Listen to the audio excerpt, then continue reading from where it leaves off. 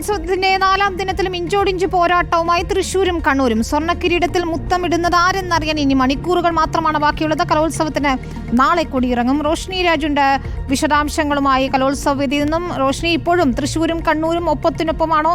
എങ്ങനെയാണ് കിരീട പോരാട്ടം?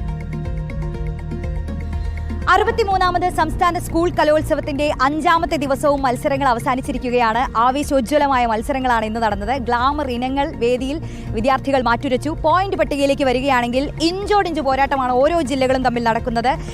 940 പോയിന്റുമായി തൃശ്ശൂരാണ് മുന്നിട്ട് നിൽക്കുന്നത്. തൊട്ടുപിന്നിൽ 2 പോയിന്റ് താഴെയായി 2ാം സ്ഥാനത്തായി കണ്ണൂരുണ്ട്.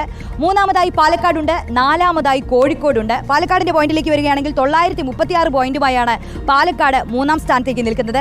ഇനി സ്കൂളുകളിലെ സ്ഥാനത്തേക്ക് വരികയാണെങ്കിൽ 156 പോയിന്റുമായി പാലക്കാട് ഗുരുകുലം ഹയർ സെക്കൻഡറി സ്കൂളാണ് മുന്നിൽ നിൽക്കുന്നത്. തുടക്കത്തിൽ തന്നെ അവരൊരു ആധിപത്യം ഉറപ്പിച്ചു കഴിഞ്ഞു എന്ന് നമുക്ക് പറയാൻ കഴിയും. 101 പോയിന്റുമായി തിരുവനന്തപുരം കാർമൽ ഹയർ സെക്കൻഡറി സ്കൂളും മാനന്തവാടി MGHSSഉം ഇഞ്ചോടിഞ്ച് പോരാട്ടം നടക്കുകയാണ്.